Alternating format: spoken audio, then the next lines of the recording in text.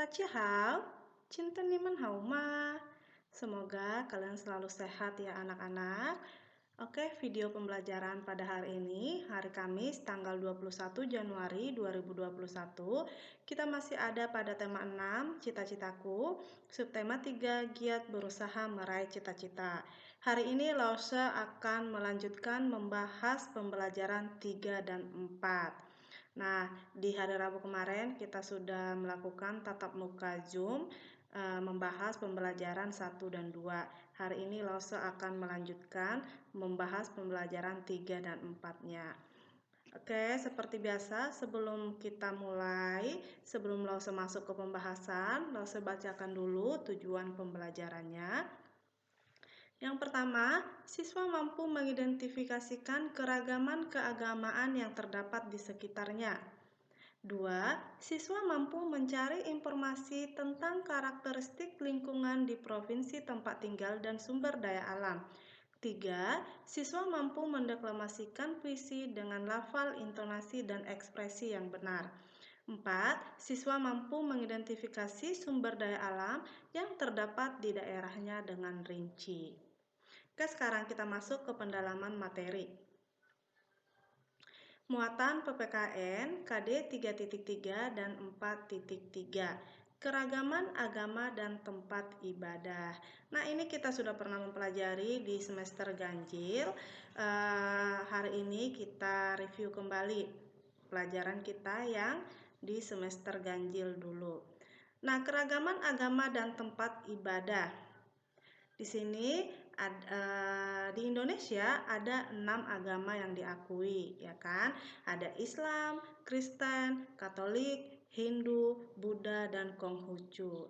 Nah, tempat ibadahnya masing-masing. Islam tempat ibadahnya masjid, Kristen tempat ibadahnya gereja, Katolik tempat ibadahnya juga gereja, Hindu tempat ibadahnya pura, Buddha tempat ibadahnya wihara, dan Konghucu tempat ibadahnya kelenteng.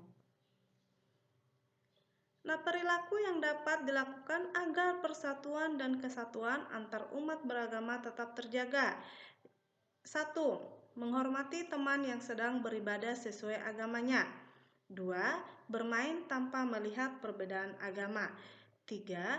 Tidak memaksakan agama kepada orang lain. Tentu ketiga hal ini adalah perilaku yang dapat dilakukan agar persatuan dan kesatuan itu tetap terjaga. Nah, jika ada teman yang sedang beribadah, maka sikap kita sebaiknya bagaimana? Kita menghormati teman kita yang sedang beribadah tersebut. Lalu, bermain juga tanpa melihat perbedaan. Bukan berarti karena dia satu agama dengan saya, maka saya mau bermain dengan dia. Bukan seperti itu anak-anak ya. Jadi, walaupun kita berbeda agama, itu bukan masalah untuk kita tidak berteman dengan seseorang yang berbeda agama dengan kita. Oke? Lalu tidak memaksakan agama kepada orang lain. Tidak boleh memaksakan agama kita kepada orang lain. Karena saya beragama Buddha, maka teman saya harus ikut saya beragama Buddha. Oh, itu tidak boleh ya anak-anak.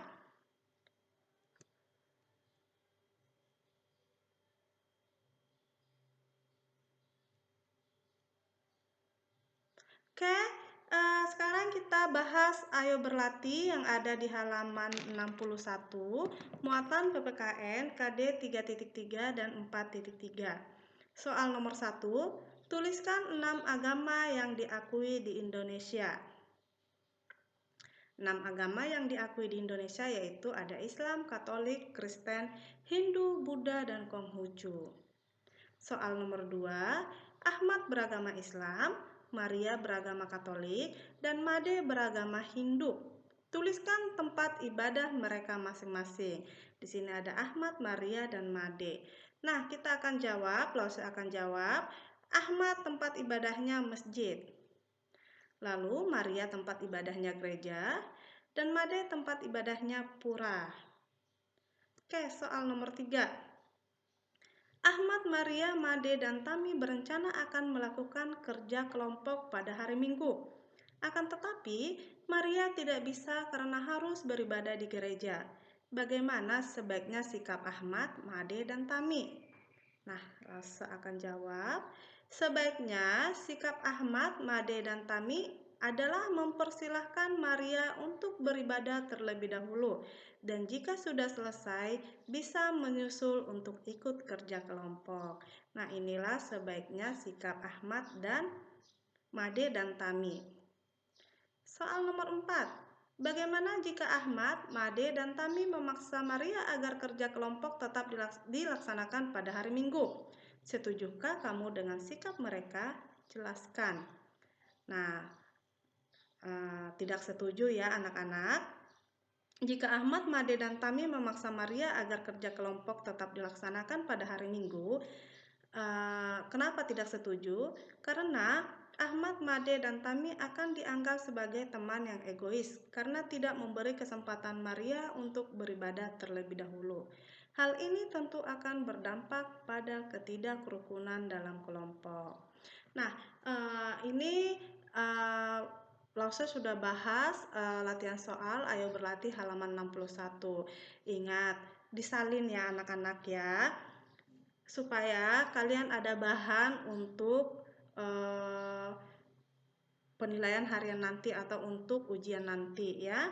Jadi Lause berharap setelah menonton video Lause, jika ada Ayo Berlatih yang sudah Lause bahas, Lause berharap kalian salin kembali di buku tulis. Oke?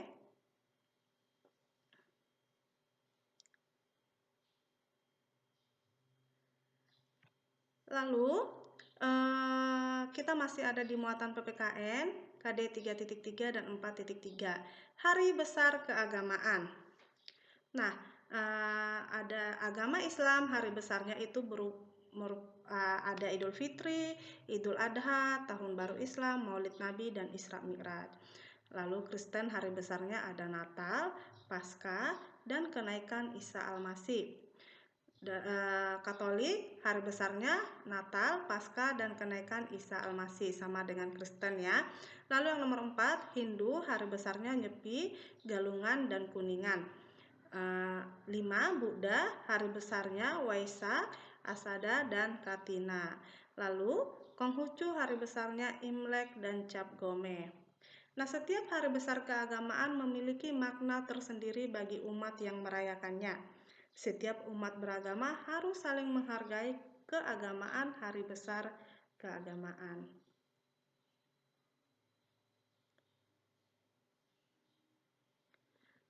Nah, lalu kita masuk ke muatan IPS KD 3.1 dan 4.1.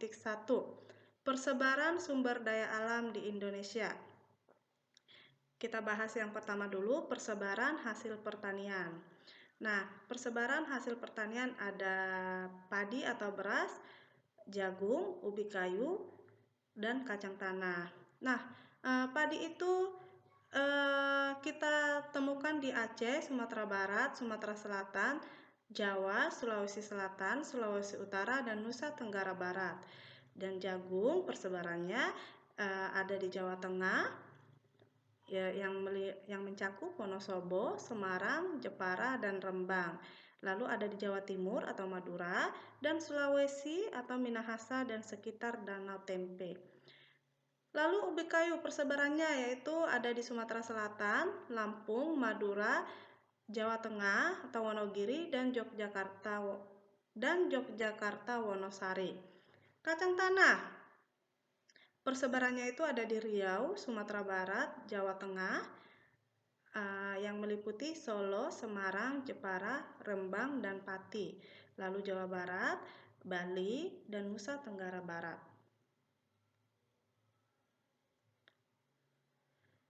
Lalu persebaran hasil perkebunan. Nah, persebaran hasil perkebunan itu berupa tembakau ya. Itu terdapat di Sumatera dan Jawa. Teh terdapat di Jawa Barat, Jawa Tengah, Sumatera Utara, dan Sumatera Barat.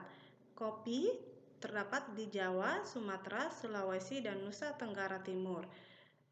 Karet ada di Aceh, Sumatera Utara, Bengkulu, Jawa, dan Kalimantan Selatan. Kelapa ada di Jawa, Sulawesi Utara, Gorontalo, dan Kalimantan Selatan. Coklat ada di Jawa Tengah dan Sulawesi Tenggara. Pala persebarannya ada di Jawa Barat dan Maluku. Cengkeh ada di Aceh, Sumatera Utara, Jawa Barat, Jawa Tengah, Sulawesi Utara, dan Maluku. Dan lada persebarannya ada di Lampung, Bengkulu, Sumatera Selatan, dan Kalimantan Barat. Lalu yang nomor 3, persebaran hasil kehutanan. Kayu keruing, kayu meranti, dan kayu damar terutama dihasilkan di daerah-daerah Kalimantan, Sulawesi, dan Papua. Kayu cendana dihasilkan Nusa Tenggara Timur. Rotan itu dari Kalimantan, Sumatera Barat, Sumatera Utara, dan Maluku. Nah, yang nomor 4, persebaran peternakan dan perikanan. Ternak sapi itu dari Sumatera, Jawa, Madura, Bali, NTB atau Lombok, dan Sumbawa. Ternak kuda itu dari NTT dan Sumatera Barat. Nah, budidaya udang dan ikan bandeng itu ada di pantai utara Jawa, Sumatera, dan Sulawesi. Tiram dan mutiara ada di Bali, Maluku, dan Papua. Nah, ini adalah peta persebaran hasil bumi dan laut di Indonesia.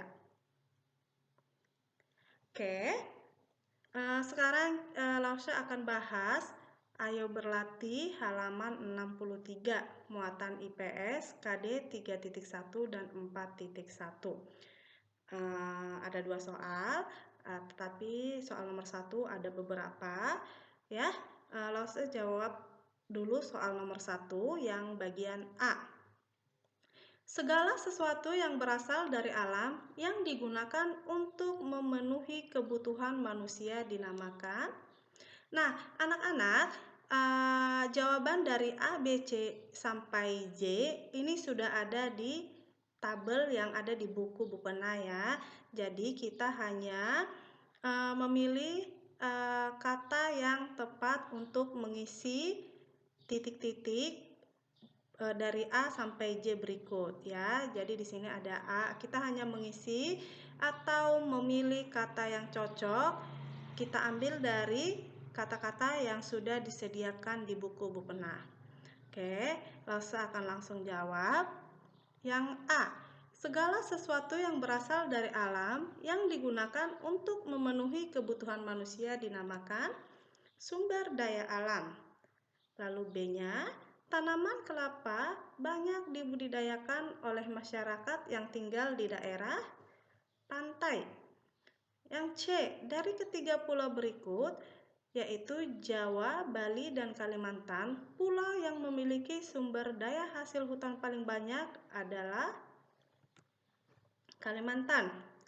Daerah di Indonesia yang membudidayakan perkebunan coklat adalah Salatiga. Daerah di Indonesia yang membudidayakan tanaman jagung adalah Madura. Lalu yang F, hasil hutan yang diproduksi dari Provinsi Nusa Tenggara Timur adalah kayu cendana. Yang G-nya, udang dan ikan bandeng banyak dibudidayakan di daerah pantai utara Jawa. H, daerah yang memiliki padang rumput luas biasanya dimanfaatkan untuk beternak hewan, yaitu kuda. I, hasil laut yang dimanfaatkan untuk bahan perhiasan adalah mutiara. J, alasan tanaman lada dibudidayakan karena bermanfaat sebagai bumbu dapur. Nah, perhatikan soal nomor 2. Perhatikan peta persebaran hasil bumi dan laut Indonesia. Carilah jenis-jenis sumber daya alam dan juga manfaat dari setiap sumber daya alam tersebut. Nah, ini Lausha sudah bahas. Jenis-jenis sumber daya alam dan manfaat dari setiap sumber daya alam tersebut. Di sini Lausha sudah langsung bahas ya anak-anak. Jadi kalian hanya tinggal salin di buku tulis kalian. Oke, wilayah persebaran. Yang pertama, yang nomor 1 Sumatera dulu. Sumatera, jenis sumber daya alamnya ada kelapa sawit, manfaatnya sebagai bahan baku minyak goreng. Lalu yang nomor 2 Jawa, jenis sumber daya alamnya coklat, manfaatnya bahan baku makanan, kue, campuran susu. 3. Kalimantan, sumber daya alamnya hasil hutan atau kayu, manfaatnya bahan bangunan dan mebel. 4. Sulawesi, sumber daya alamnya minyak kayu putih, manfaatnya bahan baku obat-obatan. Lalu 5. Papua, sumber daya alamnya sagu, manfaatnya sebagai bahan makanan pokok. Nomor 6 ada Bali, sumber daya alamnya kelapa, manfaatnya bahan baku minyak goreng, lalu dan bahan baku bangunan, batangnya ya. Nomor 7 Nusa Tenggara, jenis sumber daya alamnya jagung, manfaatnya bahan baku makanan. Nomor 8 Maluku, sumber daya alamnya pala, manfaatnya bumbu dapur dan bahan baku obat-obatan.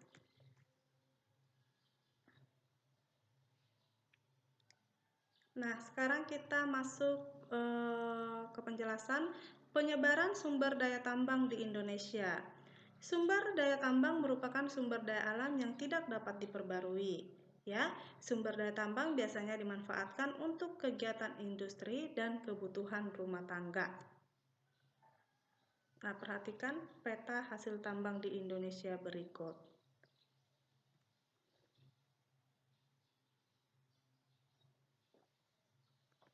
Oke, sekian untuk muatan IPS. Sekarang kita masuk ke muatan bahasa Indonesia KD 3.6 dan 4.6.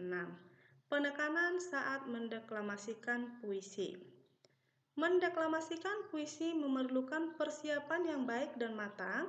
Salah satu cara untuk membedakan makna puisi adalah dengan memberikan penekanan pada saat mendeklamasikannya. Perhatikan penekanan pada bait puisi berikut.